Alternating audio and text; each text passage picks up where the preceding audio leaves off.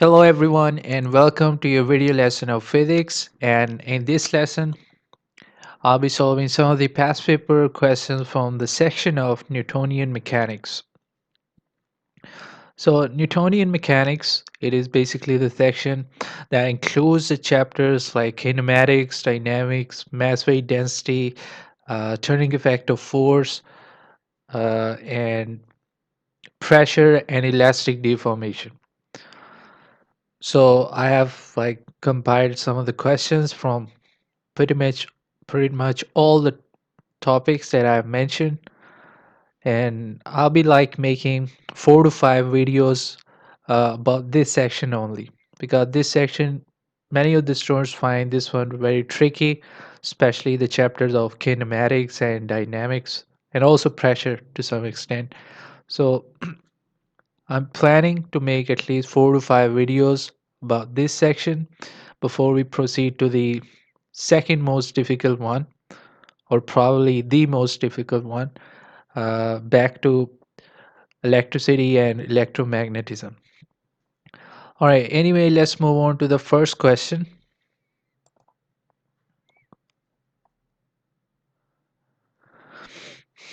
The first question says figure 1.1 is a speed time graph for a stone as it falls to the ground. Okay, so you're provided with the speed time graph.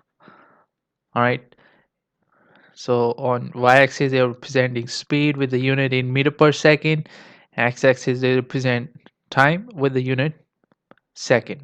All right, anyway, the first part A and the subpart 1 says on figure 1.1, mean on the graph, mark the first one a letter X to indicate a point where the rock is moving with a constant speed. So constant speed means uniform speed, that you should be moving with the same speed throughout that time duration. If your speed is 20, it should remain 20. If your speed is 30 or 40, it should remain 40. So it should not be changed. And if you try to find out what is the time interval when the speed remains constant, you'll notice that it is this time interval. In this time interval, the speed remains constant, which is 40, right? And at every other instant of time, the speed changes. So you have to mark the letter X anywhere between 7 to 11 something, but just to be on the safer side, try to mark in the middle. You can mark over here with the letter X.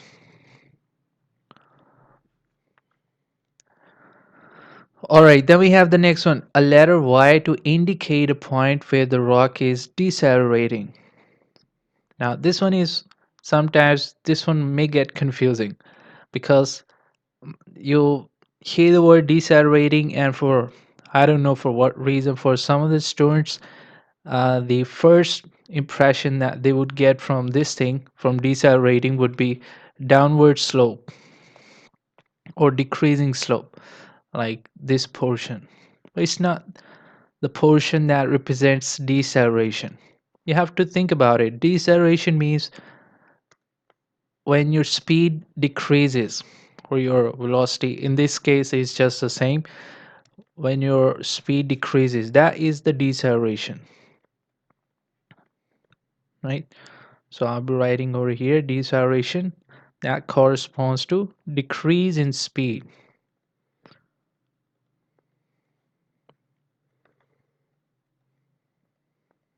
All right, precisely it has to be velocity, but once again in this case we assume that we have a linear motion, so the direction doesn't matter here, so it's just the same.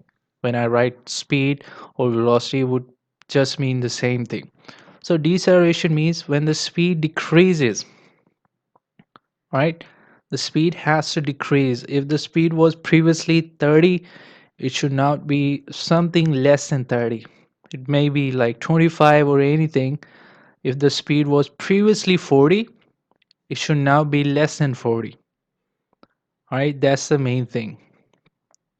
Now, on the graph, you figure out the point where the speed decreases. Does the speed decrease at 2 seconds? No, because as soon as the time increases, right after that, the speed increases further. Does it decrease at 5? No, it is not. As the time increases beyond that, the speed would again increase. But you notice that this is a point, all right? This is a point which is like the middle of 10 and 12, which has to be 11 second. And this is a point where the speed decreases from 40 meter per second to like literally 0 meter per second. So at this point, the object appears to come to rest because speed from 40 meter per second decreases all the way down to 0 meter per second. So you have to mark the letter Y at this point.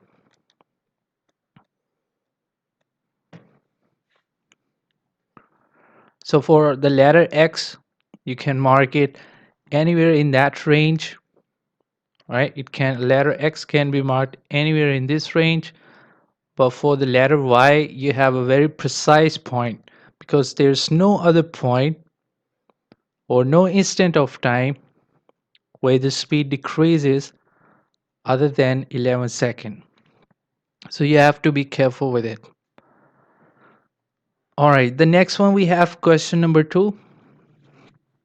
At time t equals 0, the acceleration of the stone is equal to the acceleration of the free fall. Give the name of the force accelerating the stone at t equals 0.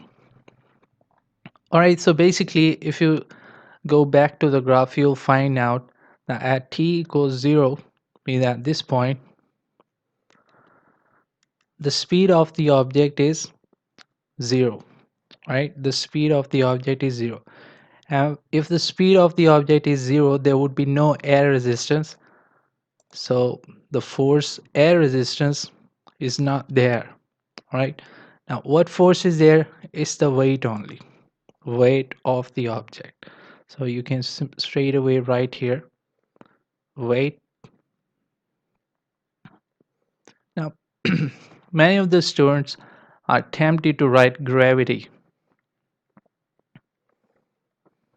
and that phrase or that word is rejected by Cambridge because gravity itself is not a force.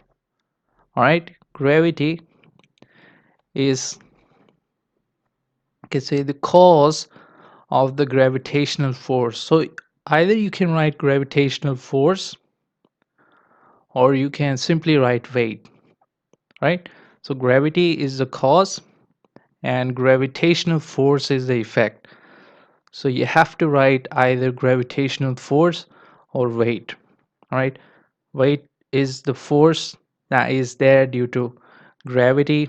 We measured it in Newton, so you can straight away write weight. Let's move on to the next one.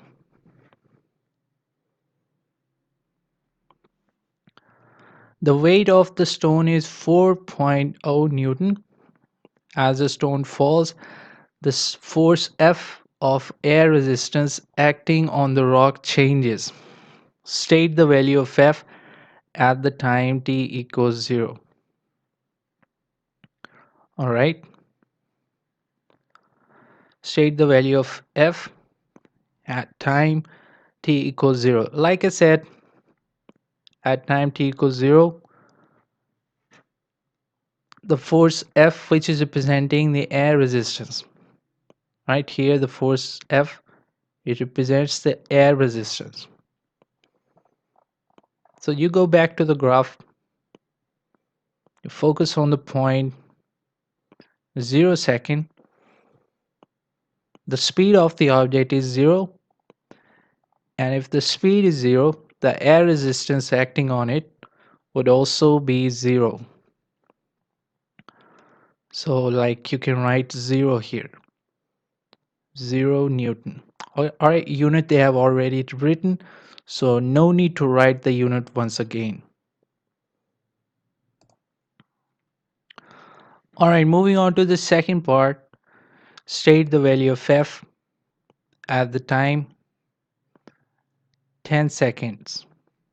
Okay, so let's take a look at the graph. So the 10 seconds corresponds to that point, right? And what do we know about the motion at 10 second?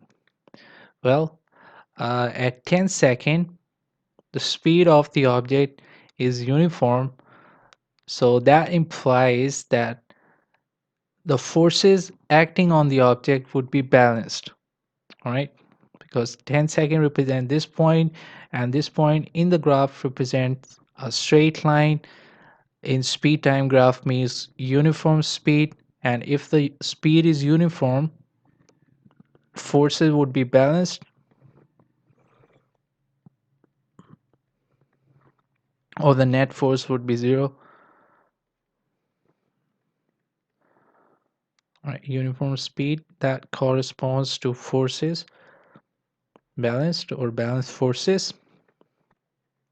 So that means the downward force, which in that case is weight of the object, and the upward force, which in that case is the air resistance, would be equal to each other.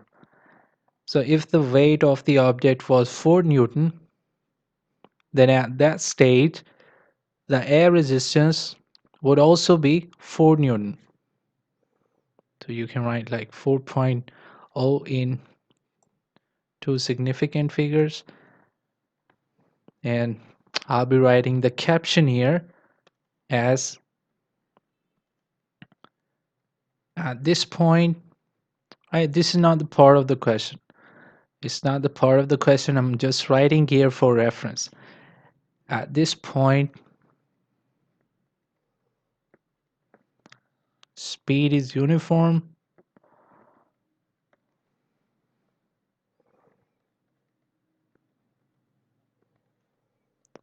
So the forces have to be balanced.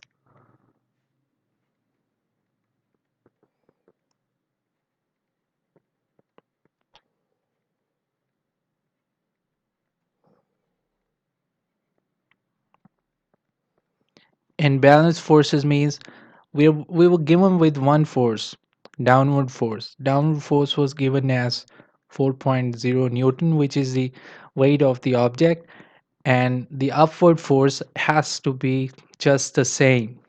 So 4.0 Newton is the answer for this one.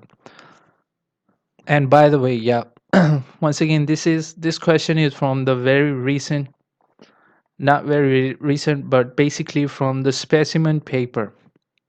Like if you open up or download paper 2 of specimen paper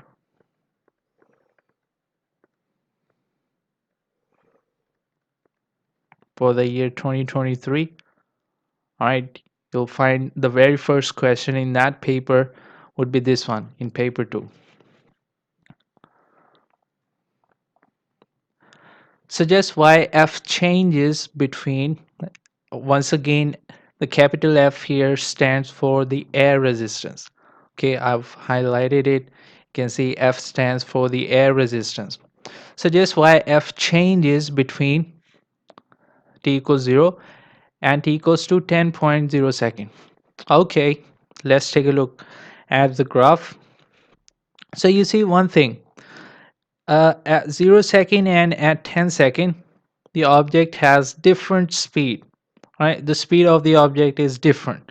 It started from 0, it started to increase all the way till 40, and then it kept constant for a while, and then it started to decrease.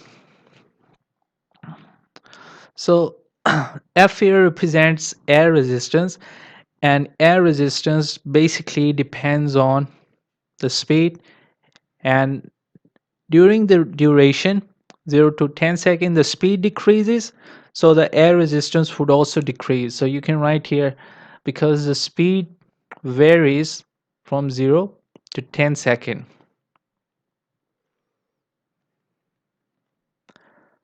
So f changes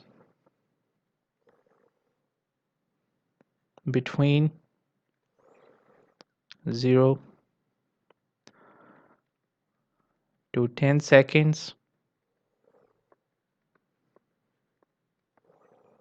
because the speed of the object changes.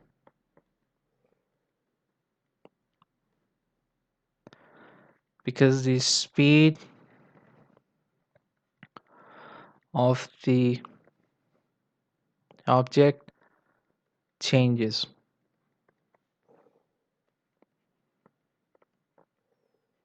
Matter of fact, the speed increases and then it remains constant, but you don't have to like be very precise with it because they have used the word yf changes. Okay, they have not asked you if the air resistance increases or decreases, so just you be you have to be uh, writing a very general statement. Okay, you don't need to be very precise with it. All right, let's move on to the next part. Using figure 1.1, determine the acceleration of the rock at the time 4 seconds. State the unit of your answer. You need to draw a tangent to the graph in figure 1.1 and show the working. All right, that is matter of fact a help for us. Even if this statement were not given, we had to draw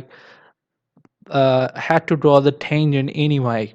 So even if someone is forgetting it, like you have a curve, basically if I scroll up and show you the interval t equals 4 second, it would be this point. All right, and that portion of the graph, or at that point the graph is not a straight line, it is a kind of a curve. So in that case, in order to find the acceleration, you have to find the gradient or slope of the graph. And if you have a curve, the gradient can be found, or the acceleration has to be found by drawing a tangent. All right, so let us first try to draw a tangent.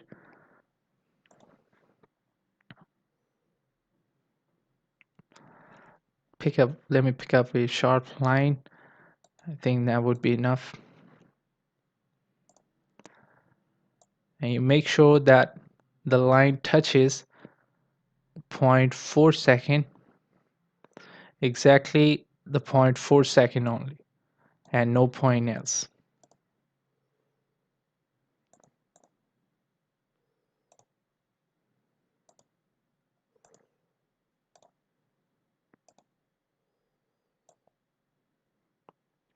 Would be slightly easier once you're doing it on the paper, on the sheet of paper.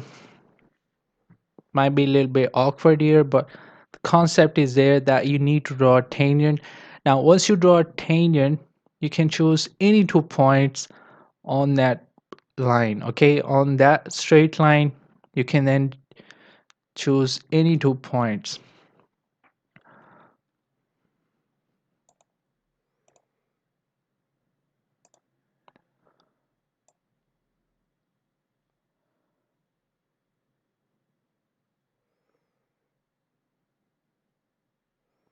Think I need to move it up slightly up from this side. Yeah, now that's kind of okay. Now let us choose 2 points on this graph. uh, what's the criteria? There's like no specific criteria for choosing 2 points in order to find the gradient, but the recommendations are you have to choose the points at some distance, not too close to each other, and you have to choose the points uh, yeah, first of all, not too close to each other, and secondly, the point should not be very dramatic in a sense, like don't try to keep your point in decimals, try to pick up like the whole numbers if that is possible. So what if I pick the point 6 I mean this one, I think that one would be, this point on the line would be 6 from the x-axis, so 6, and from the y-axis it would be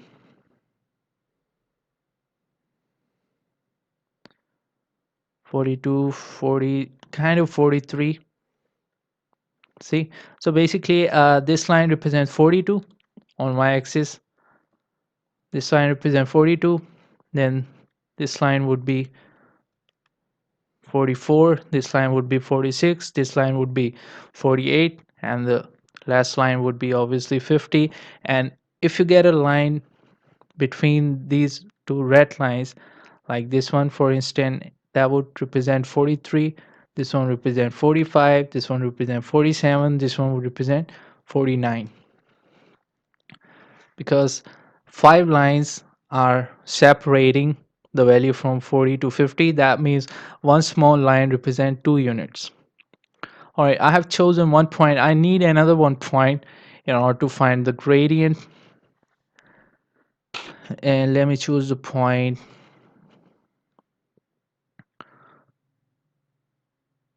Yeah, this one would be okay. It's kind of 2 uh, on the x-axis against 2 on the x-axis against yeah, kind of 22 on the y-axis. All right, might be a little bit of variation once you do it on the sheet of paper, but once again, when you draw it on the sheet of paper, the points might be a little bit different. You can, or the points have to be taken according to your choice. You can take this one as the first point, this one as the second point. It's totally your choice, right? So I'm going to find the gradient and eventually find the acceleration using these 2 points, 643 and 222. Let me write it down here. The first point is 222 and the second point is 6 yeah, 643. All right, these are the 2 points, and in order to find the acceleration, I can find the gradient of it, and that gives me the acceleration. So acceleration in that case would be the gradient of the graph, which is y2 minus y1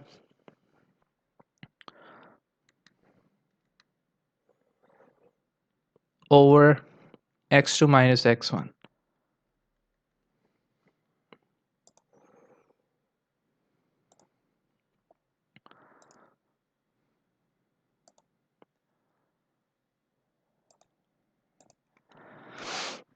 All right, so this one is your x1, this one is your y1. You can call this one x2 and this one y2. And now let us simply insert the values in that. Y2 would be 43 minus 22 divided by 6 minus 2. So you get something like 21, 4, which would be 5 point something, 5.5 point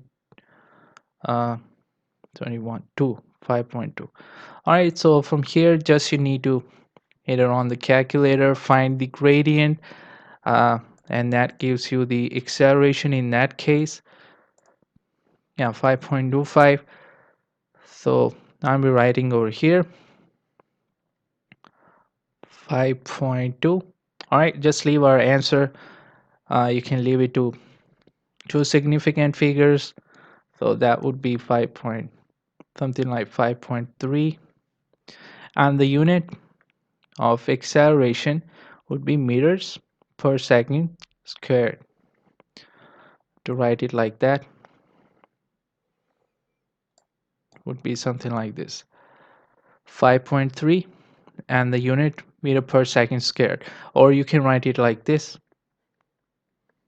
All right, this is acceptable, this is acceptable, but some of the students they write it like that, which is not acceptable. So basically you're dividing square of the second two times, right? So this thing basically corresponds to this one, which is incorrect. You have to write unit in the last two ways, one of the last two ways.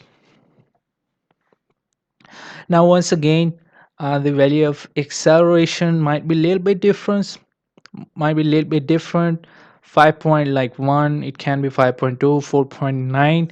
And whenever you get a question like this, uh, it's not that they are going to accept only a single absolute value for acceleration. No, even if you open up the marking scheme, it would be a certain range given in that, and if your answer is in that range, it would be acceptable.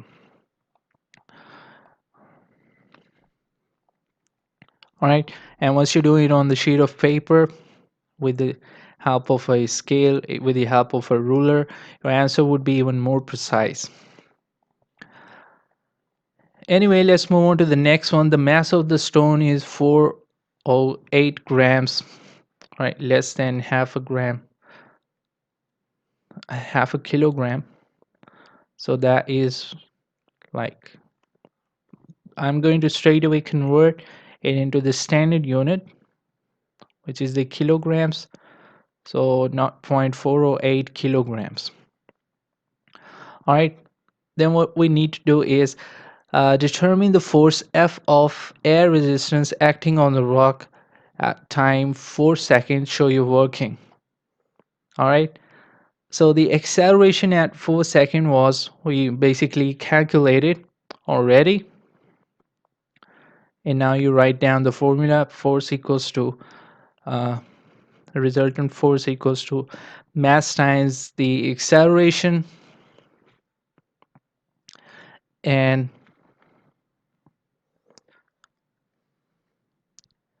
mass equals 0.408 times whatever your acceleration was.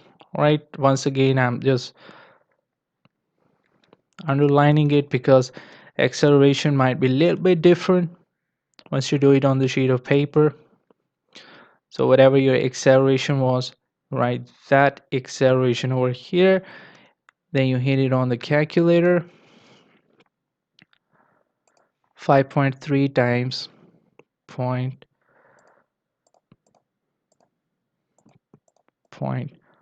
408, 2.1624, or in 2SF I can write like 2.2.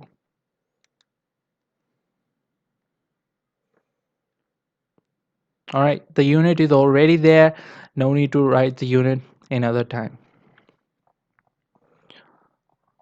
All right, so that was the first question, and it was from the topic of kinematics. Should write down the topic here as well. The first question from the topic of kinematics.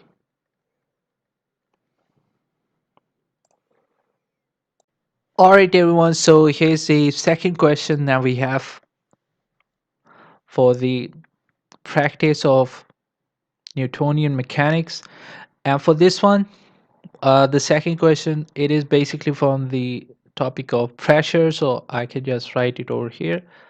This question is from the topic pressure, which is also a subtopic of Newtonian mechanics. And this question I've taken from, yeah, P2 specimen paper 2023.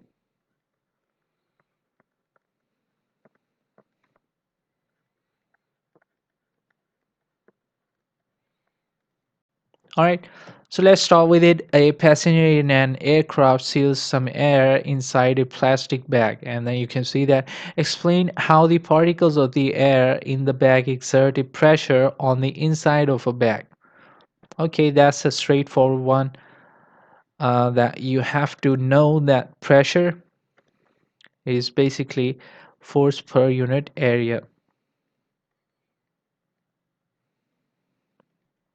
All right, so what would happen is the air particles would hit the inside of the walls or the inside of the plastic bag, and they'll exert some force on the plastic bag on a specific area, and that would create pressure. So I can like write it down as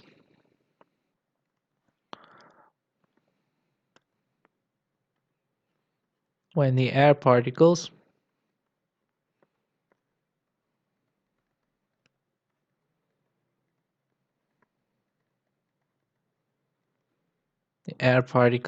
hit the inside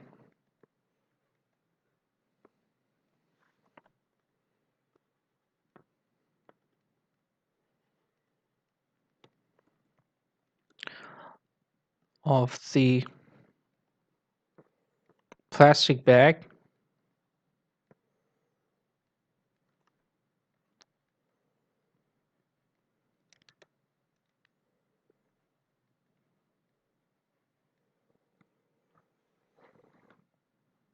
they exert force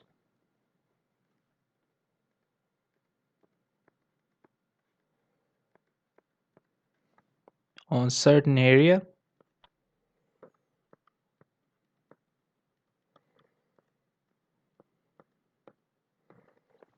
hence creating pressure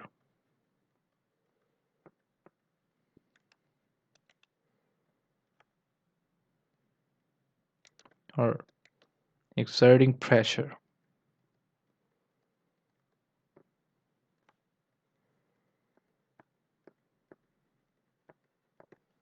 All right, so this one was kind of a straightforward based on the knowledge and information.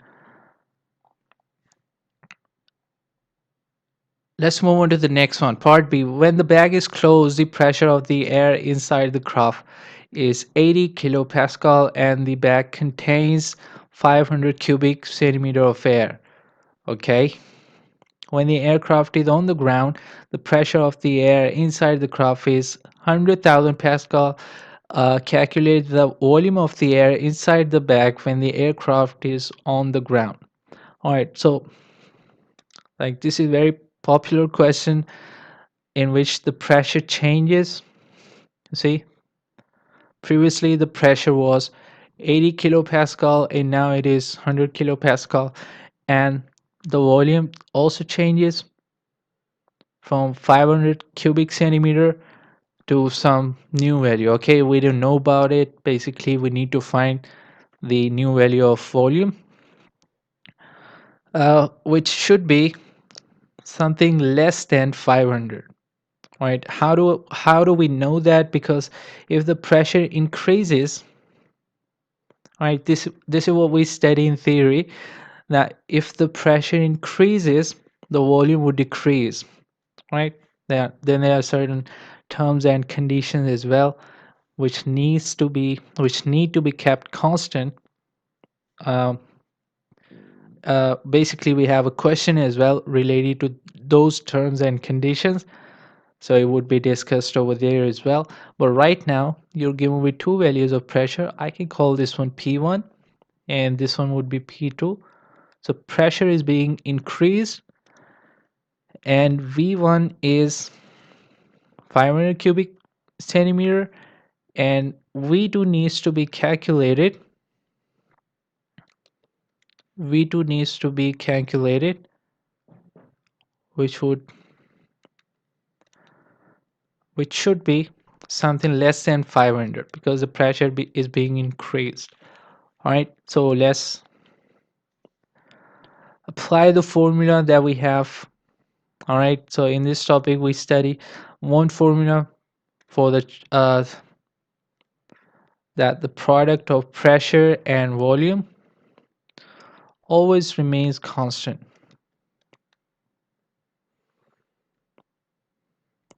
and we memorize it like P1 times V1 equals to P2 times V2. All right, So this is what we study in the theory right now.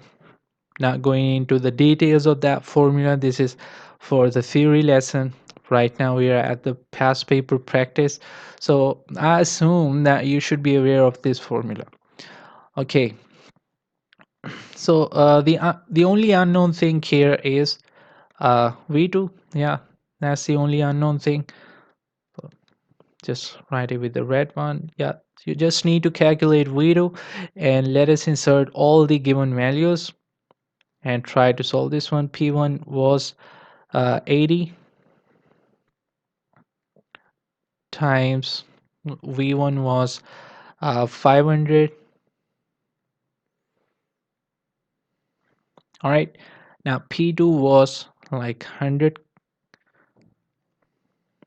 and V2 again once again needs to be calculated. Okay, we don't know about it.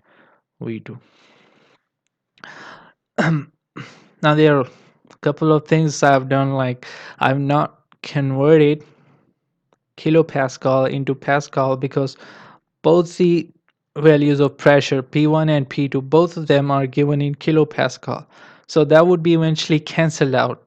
I mean, even if you write multiply by 1000 over here and you write multiply by 1000 with 100 as well, and eventually it will be cancelled out on both sides. So there's no need to write it, first write it and then cancel it out. There's no need, but if you want to do it you can. I mean, that is not going to affect your marks. And also you should not be converting the unit of volume to like cubic meters, because this is something that needs to be just the same, because the answer demands the volume in cubic centimeter, so that has to remain in cubic centimeter. Now I can do some cancellation like 100, 5 times the 500 and 8 4 8 5s are 40. 10 would be from there, and the answer has to be 400.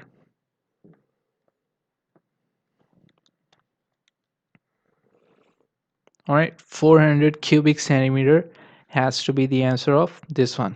Now one of the common mistake that some of the students would do in this one is they'll try to do the cross multiplication.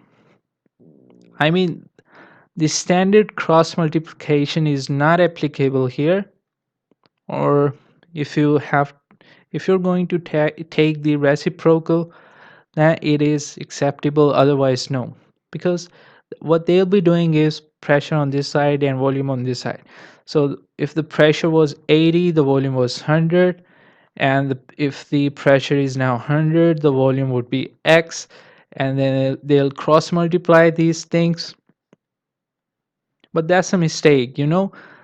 uh, the relation between pressure and volume is not direct relation, it is inverse relation, right? And for inverse relation or for inverse proportions, you can't cross multiply like that, right? Otherwise your answer would be more than 500 and it would be obviously incorrect. So even if you want to like really multiply or want to do it by cross multiplication, you have to like reverse the terms, like writing x here and like 500 over here and then cross multiply. All right, otherwise your answer would be incorrect. So that's why it is suggested that you should use the standard formula.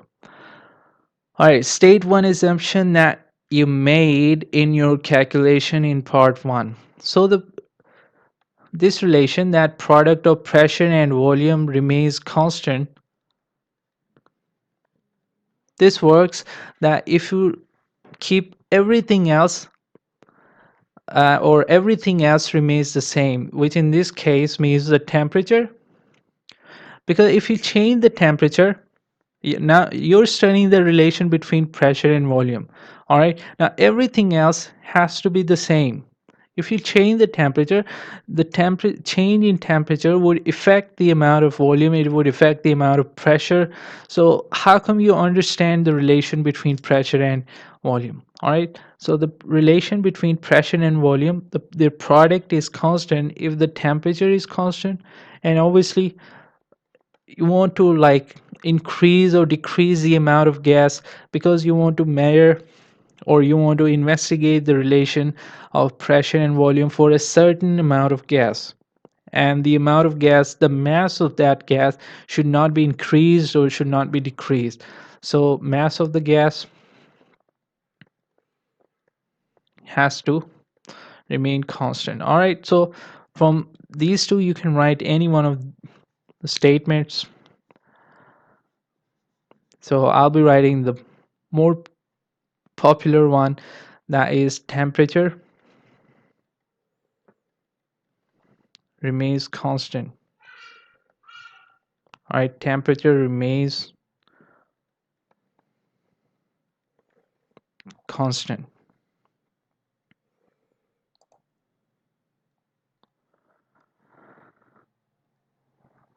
All right, so this is it for today's video. I'll be solving the next questions. Okay, now we still have one more part of it. Yeah, and then there's question number 3. Yeah, I'll be completing this one, part C as well, and then we solve the next question. I'll be solving the next question in my next part of the same video. Would be another part of this lesson. So the part C says the point plotted on the graph in figure 3.2 shows initial pressure and volume of the air inside the bag. Sketch a line on 3.2 to show how the volume of the air changes as the pressure increases. First of all, you should be aware of it that the relation between pressure and volume was indirect or inverse relation. And for inverse relation, the graph is never a straight line. All right. If two things are inversely proportional to each other, the graph would always be a curve. Right? Something like this. It would always be a curve. So the graph has to be a curve. Now, one point is already given. Now we got to find what would be the next point. And then we can join those 2 points freehand to get a curve, smooth curve. Okay. So one of the point is 80 against 500. So P1 is 80 against 500, and the product of pressure and volume would be 40,000. See, the product of pressure and volume would be 40,000. Now, the product of pressure, no matter if you increase the pressure or if you decrease the pressure, the volume of the gas would change accordingly in a way that the product of pressure and volume remains constant.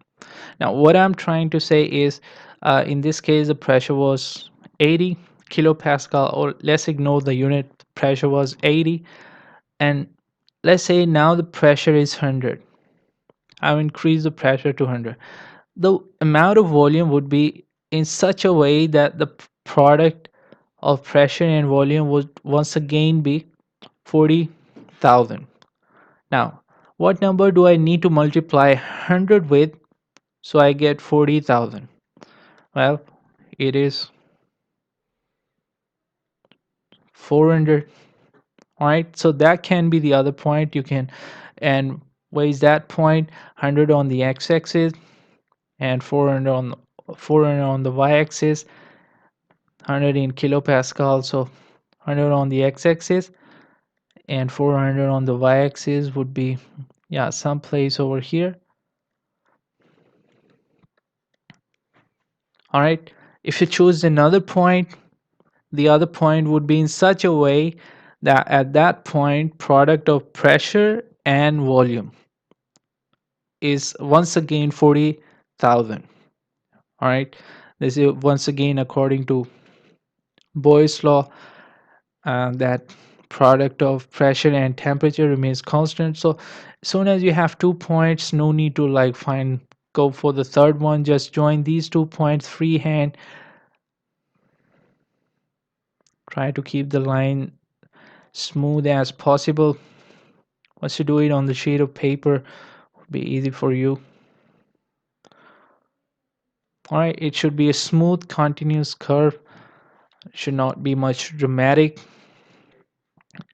And also, don't try to extend this curve on any of the side. Just keep it around 70% of the graph, 70% of the x-axis, and that should be okay.